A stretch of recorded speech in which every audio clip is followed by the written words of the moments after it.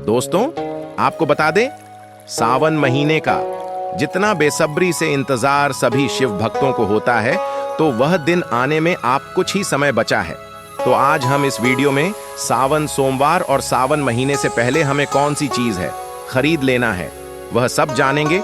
तो आप वीडियो के अंत तक बने रहिए और वीडियो को पूरा देखिए। दोस्तों, आप लोगों को बता दो, जितना वे साबरी से शिव भक्त हैं, इंतजार करते हैं। कुछ लोग तो सावन के पूरे महीने ही व्रत रखते हैं, पर पूरे सावन का तो जितना जितना पर लगता है, जिसे जितना हो पता है, जितना जो सक्षम है, उतने लोग भगवान की पूजा आराधना करते हैं, व्रत रखते हैं। तो सबसे पहले दोस्तों आपको बता दूं, सावन का पवित्र महीना कब से शुरू हो रहा है। 11 जुलाई से सावन का महीना शुरू हो जाएगा। और इस महीने में सोमवार कितने पड़ रहे हैं, कुछ लोगों को तो ये भी नहीं पता। तो आज की इस वीडियो में हम ये भी जानेंगे कि सावन सोमवार में कितनी सोमवार पड़ रहे हैं और किस तारीख को पड़ रहे हैं, कौन सा सोमवार किस डेट को पड़ेगा। आज हम इस वीडियो में सभी प्रकार की जानकारी को जानेंगे। वैसे तो सावन सोमवार हमेशा कर ही पड़ते हैं, पर कभी कभी पंच भी पड़ जाते हैं। परंतु इस सावन सोमवार में जो कि 2025 में पड़ रहे हैं, वह कर ही पड़ रहे हैं। आपको वीडियो के अंत में विस्तार पूर्वक बताएंगे, आपको देख लीजिएगा। कुछ लोग मतलब 5 रखना चाहते हैं, तो आप देख लीजिएगा 5 पूरा करते हैं। ठीक है, तो ये हो गया सावन के व्रत का नियम। चलिए सबसे पहले जान लेते हैं। सावन का महीना शुरू होने से पहले कुछ चीज आप मंगाकर प्लानिंग करके रख लीजिए। पहले तो सबसे पहले सबसे महत्वपूर्ण चीजों की आपके घर में होना ही चाहिए गंगा जल।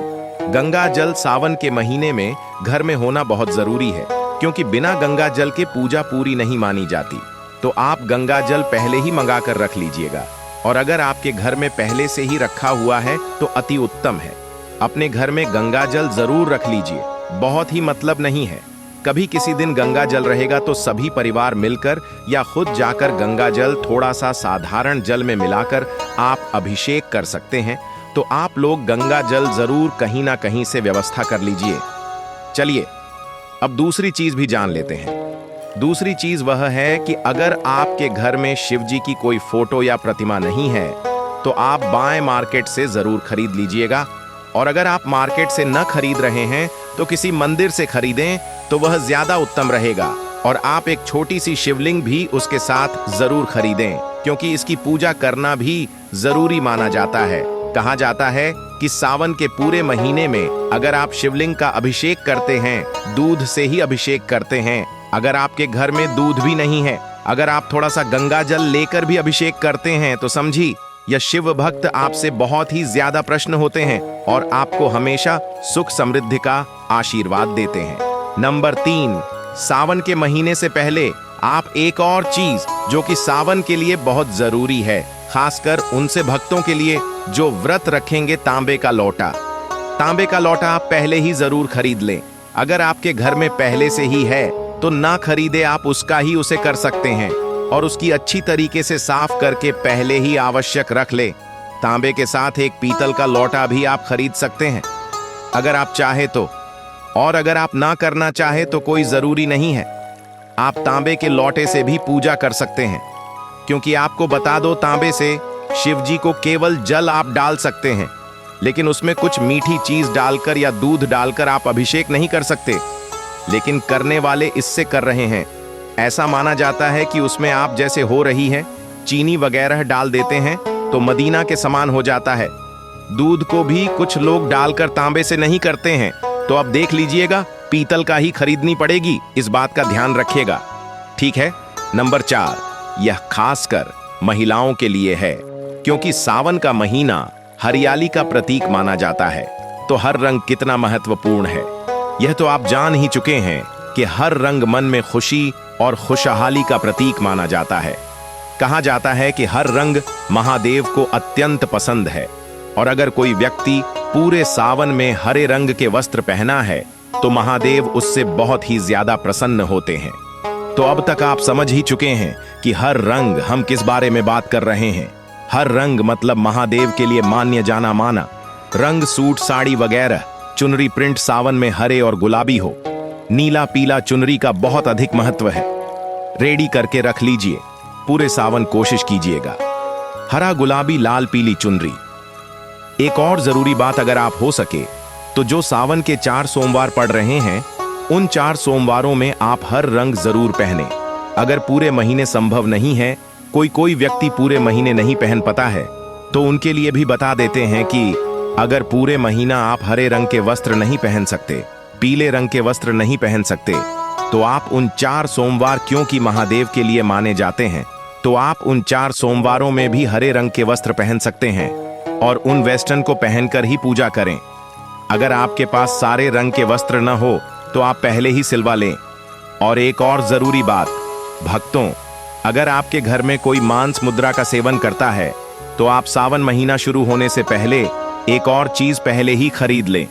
अगर आपके घर में 2 चूहे वगैरह नहीं है, एक ही चूल्हा है और इस पर मांस मुद्रा का सेवन खाने के लिए बनता है, तो आप ऐसा ना करें, क्योंकि सावन का महीना पूरे साल भर में एक बार आता है, तो हमेशा नहीं करना चाहिए।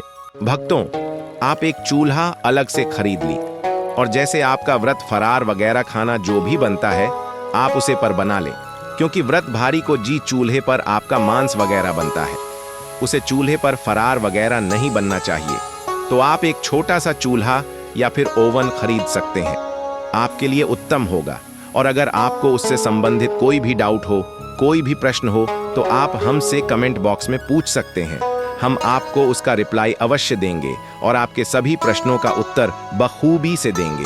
तो भक्तों, आपको किसी भी बात की चिंता करने की कोई आवश्यकता नहीं है, क्योंकि हम आपके लिए इतनी ज्ञानवर्धक जानकारी इकट्ठी कर रहे हैं।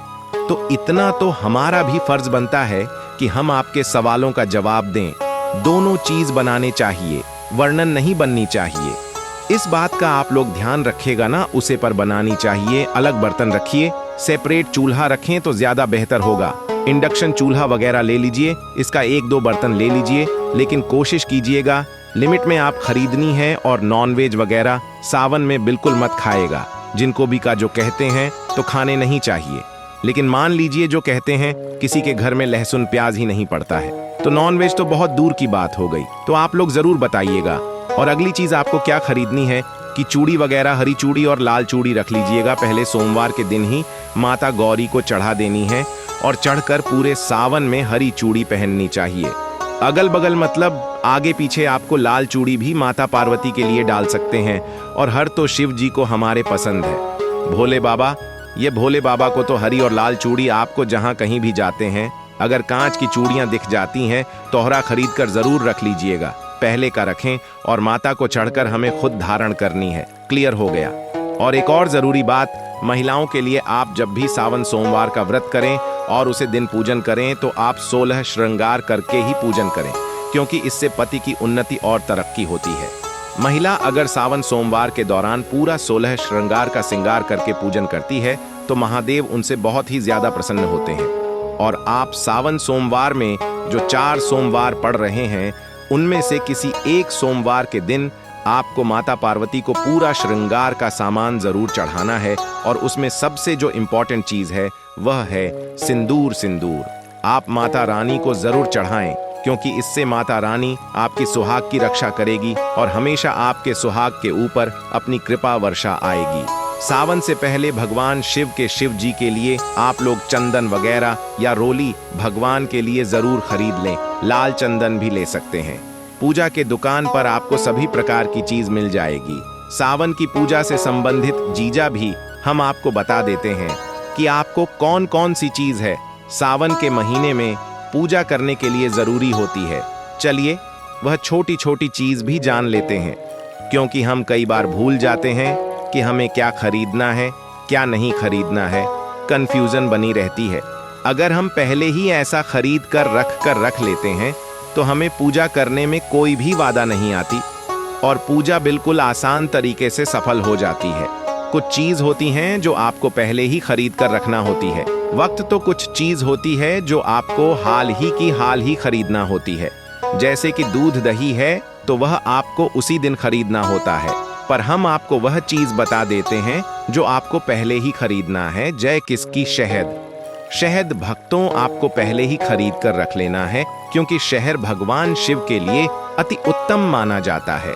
उनकी पूजा के दौरान शहर का प्रयोग जरूर किया जाता है और शक्कर भी आपको पहले ही खरीद लेना है। उसके बाद चावल आपको पहले ही खरीदना है और उसके बाद आपको दीपक, मिट्टी का जो दीपक होता है वह पहले से ही खरीद कर रख लेने हैं। और एक और जरूरी चीज जानू, जो सफेद कलर का कलवा होता है उसे जानू के नाम से भी कहा जाता है, जो कि सिर्फ के वस्त्र के रूप में उन पर चढ़ाया जाता है भक्तों। जैसा कि हमने आपको वीडियो के शुरुआत में बताया था कि 2025 में सावन सोमवार कितने पड़ रहे हैं और कितनी तारीख को पड़ रहे हैं, तो चलिए अब वह भी जान लेते हैं कि सावन सोमवार कितने पड़ रहे हैं और किस तारीख को पड़ रहे हैं। तो यह तो हम आपको वीडियो में पहले ही बता चुके हैं कि 11 जुलाई से सावन का जो महीना है वह शुरुआत हो रहा है, यानी कि प्रारंभ हो रहा है। उसे दिन शुक्रवार पड़ रहा है और सावन जो महीने की समाप्ति है वह 9 अगस्त 2025 शनिवार के दिन ही हो रही है।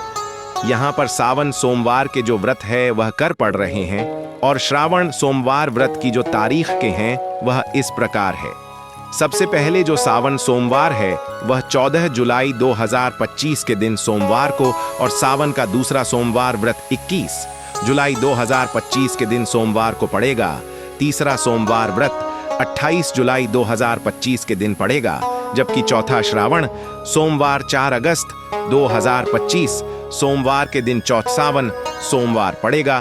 तो वह तो यह थी वह सावन सोमवार से संबंधित जानकारी जो कि हमने आपको बताई।